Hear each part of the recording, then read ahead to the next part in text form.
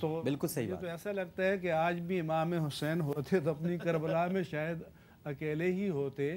تو ہم نے مقصدیت کو چھوڑ دیا, ہم نے حقیقت کو چھوڑ دیا, ہم علامات کے پیچھے چلے گئے. بہت اچھی بات ہے, عقیدت کا اظہار اچھی بات ہے, محبت کا اظہار اچھی بات ہے, لیکن جو اصل بات ہے جو کہ مقصد حسینی تھا, جو مقصد نظام کو تبدیل جو کرنا اسوہ تھا, جو قدوہ تھا, جو رول ماڈل تھا, جو نمونہ تھا, جن کے لیے انہوں نے ساری اپنی متاع حیات و کائنات کو سب کچھ قربان اللہ کی بارگاہ میں قربان کر دیا. ایک مرتبہ ہم عراق گئے تو وہاں پر ہمیں کربلا معلی بھی لے جایا گیا. اس زمانے میں آپ نے زیارت کی ہے جہاں صدام کی حکومت تھی, انہوں نے کہا جی رئیس صدام نے 10 ٹن سونا اس مقبرے پر لگا دیا ہے اور مزید بھی لگا رہے ہیں, اور ہمیں کوفہ بھی لے گئے.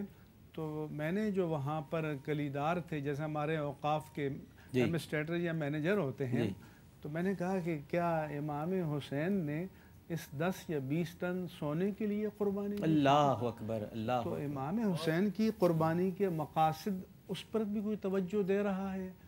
تو اس کی یہی وجہ ہے کہ ہمارے ہاں تبدیلی نہیں آ رہی اور خیر غالب نہیں ہو رہا, اور اپنے وقت کی یزیدی قدروں کے ساتھ چل کر ہم نے حسینیت کی یاد منانے کا ایک اپنا شعار ہم نے, جبکہ ہمیں یزید کے خلاف کھڑا ہونا ہے. بالکل ٹھیک ہے.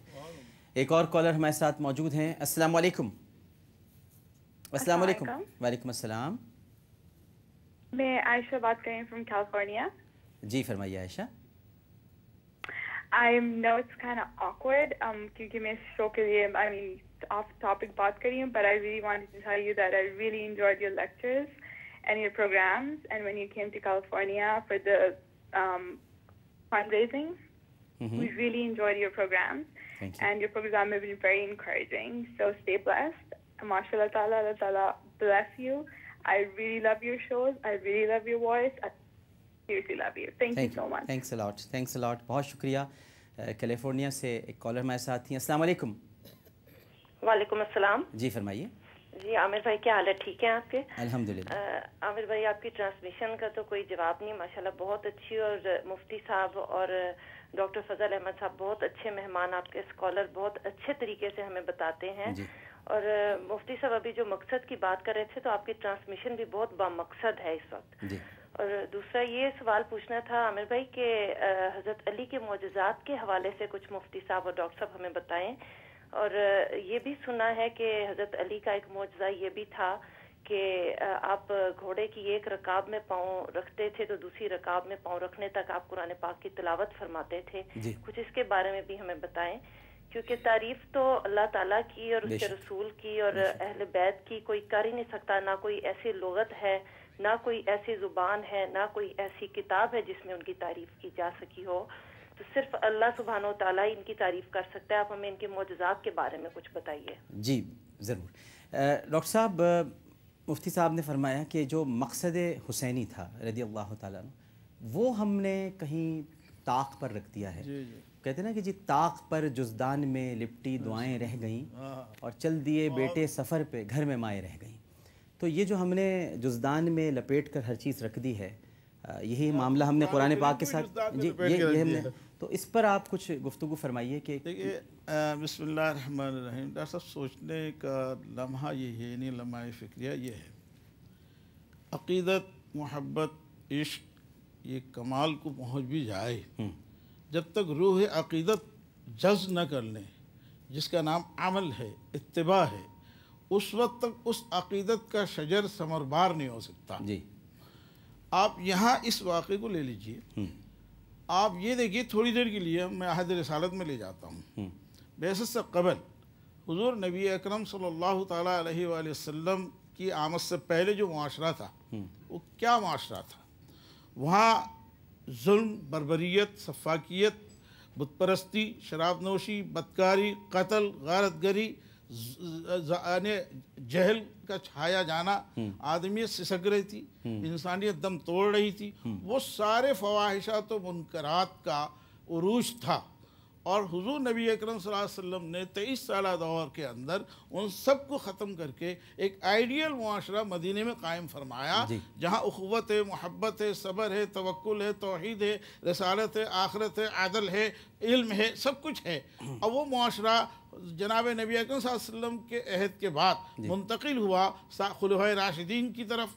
خلفائے راشدین نے اس کو سنوارا، اس شجر معاشرے کو، پھر تابعین، طب تابعین، یہاں تک کہ ایک وہ لمحہ آتا ہے تاریخ کے اندر جس کو ہم یزید کہتے ہیں، اس نے اس معاشرے کو یکلک تبدیل کر کے جناب نبی اکرم صلی اللہ علیہ وسلم کے قائم کیا ہوا معاشرہ جو حلال اور حرام پر مبنی ہے، جنہیں حلال کو حلال کیا گیا، حرام کو حرام کیا گیا، اس معاشرے کو تبدیل کرنا چاہا۔ پھر ایک مرتبہ پھر اس نے زمانہ جاہلیت کے معاشرے کو اعود کر لانے کی کوشش کی، جہاں صاف صاف یہ آواز سنائی دے رہی ہے کہ آج جو حرام ہے وہ حلال کیا جائے گا، جو حرام کی ہوئی چیزیں ہیں اس کو حلال کیا جائے گا، یہاں تک کہ محرمات سے نکاح تک کو جائز قرار دیا جا رہا ہے، مدینے کی حرمت کو پامال کیا جا رہا ہے، مکہ مکرمہ کی حرمت کو پامال کیا جا رہا ہے۔ تو ایک ایسے عالم میں ایک ہر مسلمان کی یہ ذمہ داری تھی، الا کلکم رائن و کلکم مسئول عن رعیتہ، ہر شخص کی ذمہ داری ہے، من رأى منکم منکرا فلیغیرہ بیدہ،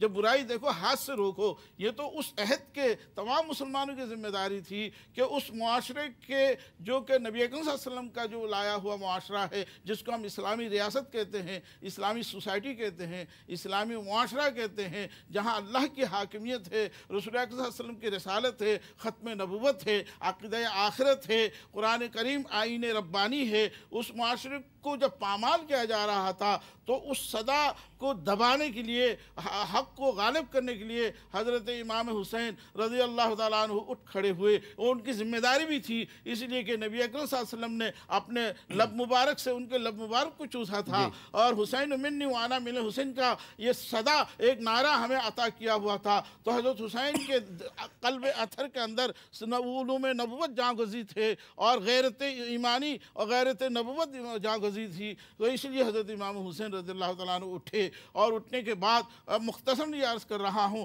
اس مقام پر پہنچے جہاں یزیدی قوت سے ٹکراؤ ہونا تھا، اور پھر کیوں گیا وہاں؟ کیا حکومت کے لیے؟ ہرگز نہیں۔ اقتدار کے لیے؟ ہرگز نہیں، بلکہ نظام محمدی اور نظام الہی کی بقا کے لیے، استحکام کے لیے، تنفیذ کے لیے آپ وہاں تشریف لے گئے، اور اپنے ایک چھوٹا سا خاندان ایک ایک کو اللہ یعنی جعفری کے حوالے، ان اللہ اشتری من المؤمنین انفسهم واموالهم بان لهم الجنہ، اللہ نے تو مسلمان کی جان و مال سب کچھ خرید لیا ہے جنت کے بدلے میں۔ تو آج احیاء دین کے لیے، بقائے دین کے لیے، استحکام دین کے لیے، تنفیذ دین کے لیے، اور حکومت الہیہ کے قیام و احیاء اور بقا کے لیے آپ وہاں تشریف لے گئے۔ آج جب ہم حضرت امام حسین علیہ السلام کا وقت بنائیں، دن منائیں، تو ہمیں یہ سوچنا ہوگا، یہ دیکھنا ہوگا جس لمحے میں ہم موجود ہیں، اس لمحے موجود میں جس معاشرے میں ہم موجود ہیں، اس معاشرے میں کیا یزیدیت والی باتیں سب نہیں ہے؟ کیا شراب نوشی نہیں ہو رہی ہے؟ آج زنا بدکاری نہیں ہو رہی ہے؟ آج قتل بربری، رمضان جیسے مقدس مہینے میں آپ نے دیکھا کراچی جیسے شہر میں خون کی ندیاں بہی گئیں، اور ناحق خون انسان بہایا گیا، اور آج کیا عدل موجود ہے؟ کیا ہمارے یہاں وہ سہولتیں، وہ حقوق العباد مل رہا ہے؟ کیا آج ہماری قومی دولت پر امین بیٹھے ہوئے ہیں؟ کیا امانت کا آج راج ہے؟ کیا آج ختم نبوت کے محافظین موجود ہیں؟ آج ختم نبوت جیسے عقیدے کو پامال کرنے کی کوشش کی جا رہی ہے، ناموس رسالت صلی اللہ علیہ وسلم کو پامال کرنے کی کوشش کی جا رہی ہے، تو کیا حضرت حسین کیوں کھڑے ہوئے تھے؟ ان برائیوں کا قلاقمہ کرنے کے لیے، شراب کو بند کرنے کے لیے، زنا کو بند کرنے کے لیے، قتل کو بند کرنے کے لیے، اللہ کے حرام کی ہوئی چیزوں کو، حدود اللہ کو قائم کرنے کے لیے وہاں تشریف لے گئے تھے۔ تو آج ہماری ذمہ داری ہے، حسینیت یہ پکار رہی ہے کہ میری محبت رکھنے والوں، میری عقیدت رکھنے والوں، اٹھو جاگو۔ صرف جلوس نکالنے سے یہ بات، عقیدت کا اظہار تو ہو سکتا ہے، عمل کا اظہار نہیں ہو سکتا۔ جیسے مفتی صاحب نے بہت خوب بات کی، اتنی بڑی مین پاور، افرادی قوت، اگر صرف قتل و بربریت کے خلاف ہی اٹھ کھڑے ہو جائے تو امن قائم ہو سکتا ہے۔ تو یہ لہٰذا ضروری ہے، ہر ایک کو سوچنا ہوگا کہ ہم سب کو آج حسینیت کی شہادت پکار رہی ہے، اٹھو، جس مقصد کے لیے میں نے شہادت دی ہے تم بھی شہید بن جاؤ۔ بالکل صحیح۔ میں تو یہ سوچتا ہوں کہ جو ماشاءاللہ تسلسل آپ کی گفتگو میں ہے، اگر یہ پوری امت میں ہو جائے تو جیسے ہم آپ کی بات نہیں کاٹ سکتے تو امت کو بھی کوئی نہیں کاٹ سکتا۔ اگر یہ تسلسل پیدا ہو جائے. ماشاء اللہ ماشاء اللہ.